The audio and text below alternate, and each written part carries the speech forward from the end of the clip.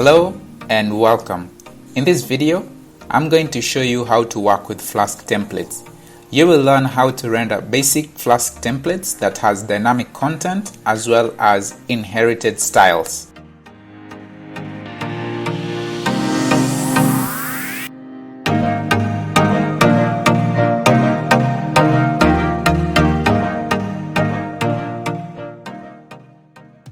What are templates? Templates are basically HTML files that present pages of our application. We will modify the structure of our application slightly to accommodate templates. From our terminal, we are going to create a new folder called templates within the app subdirectory.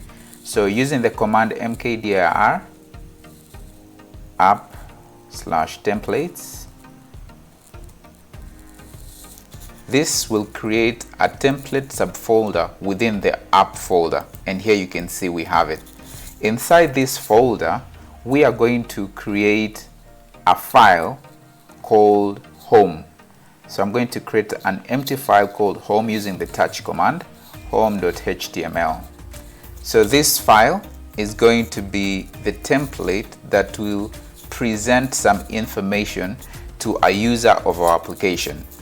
When a user navigates to the home template, they will see a bit of information. First, let's begin by understanding what HTML is. HTML is a markup language that is used to present information. A quick overview of how the HTML template is structured looks like this. I'm going to begin by creating a doc type and start off by saying HTML, which will have head. This is where the head information goes, and then we're going to have a title here, and we can say this, let's call this home. And then once we have a title, we're going to create a body of our template, and within the body we will have a h1 tag which says welcome to Flask templates.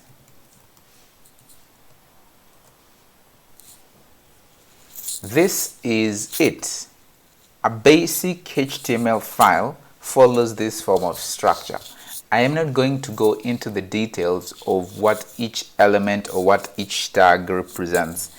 If you are not familiar with the structure of a HTML template, I will recommend that you check out this website, Shayhole, and learn a bit more about HTML, and you can even go further and learn about CSS. So you get to know what HTML is, how to structure it, and the rest. Having made a very simple template for application, we are going to render this template from our route function.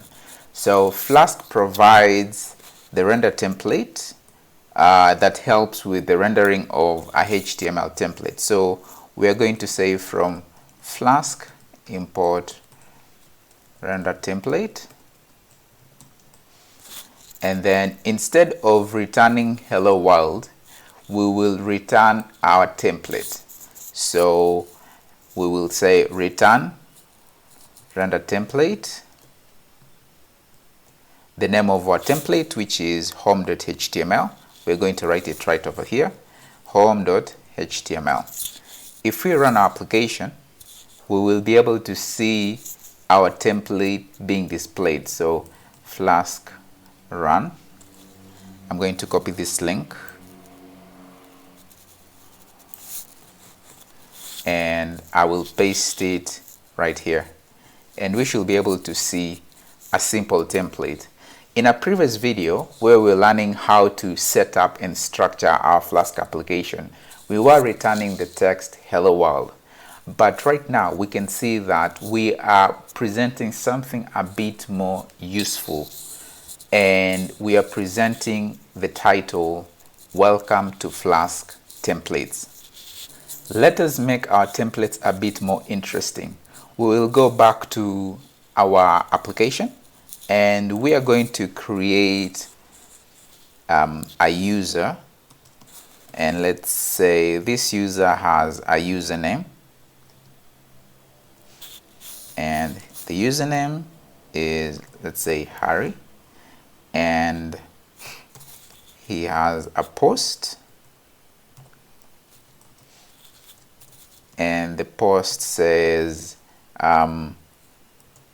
Flask is fun. So having created a user, we have to ensure that we initialize that user within the return statement.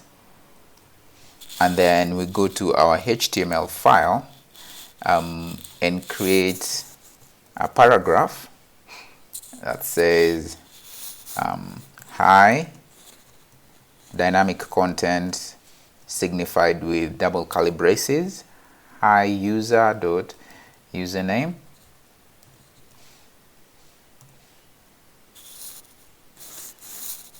and then we're going to create a break.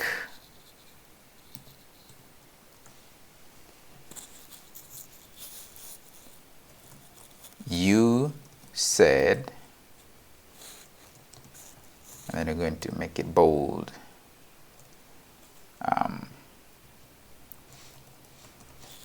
User dot post.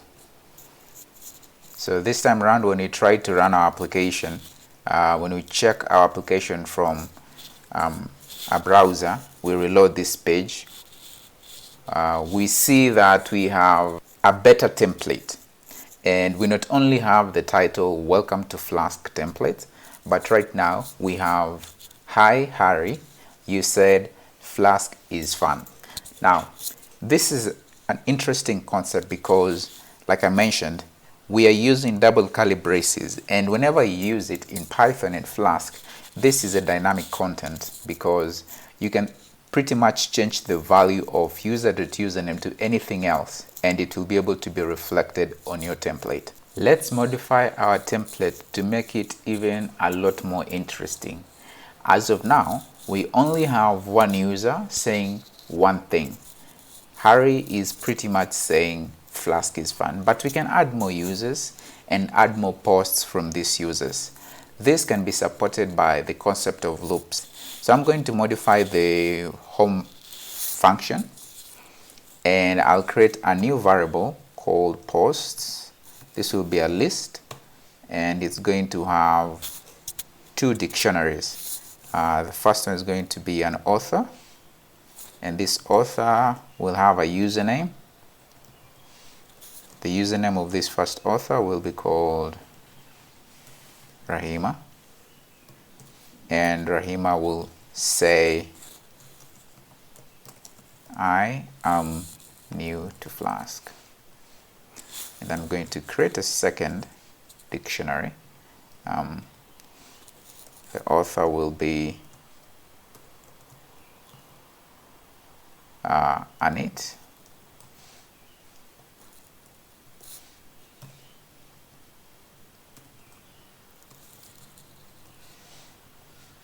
So Anit is the author, and she'll be saying in her body, she's going to say I am loving web development. And then make sure that you initialize your posts equals posts. And then when you navigate back into our home template, we are going to modify it slightly such that we include the use of loops. So we are going to say for post in posts, then the end there and the for block, we say div within p tags, we're going to say post.author.username said, and then a break,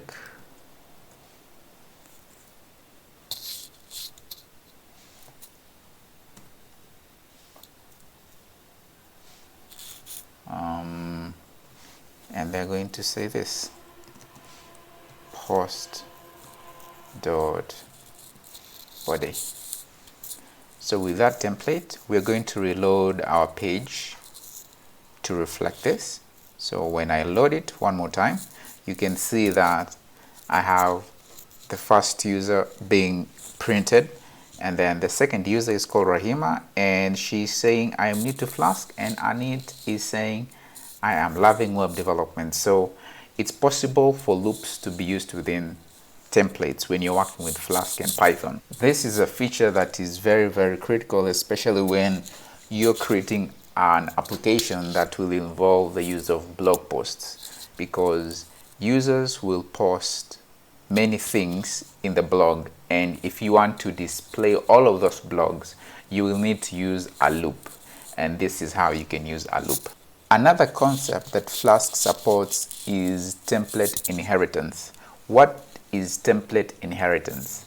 Template inheritance is basically where one template inherits another template. We have a parent template that defines the base features of how application should look like, and then you have another template called a child template that inherits the base styles from the parent. So we are going to create another template. So on a new terminal, I'm going to activate my virtual environment, and I'm going to create a new template, base.html, and here I have it. The base template is going to define a couple of base styles. One, it's going to have a title. Secondly, it's going to have a navbar. These are going to be inherited by the base template. So now that we have a title, let's go ahead and add a navbar. Let us create a div element, and we'll call this div element Flask demo. And then we will add a link using the a tag, href, and then we are going to say slash home, and then we will call it home. So this defines a link, and then we will use another concept of blocks, and this block will be called block content.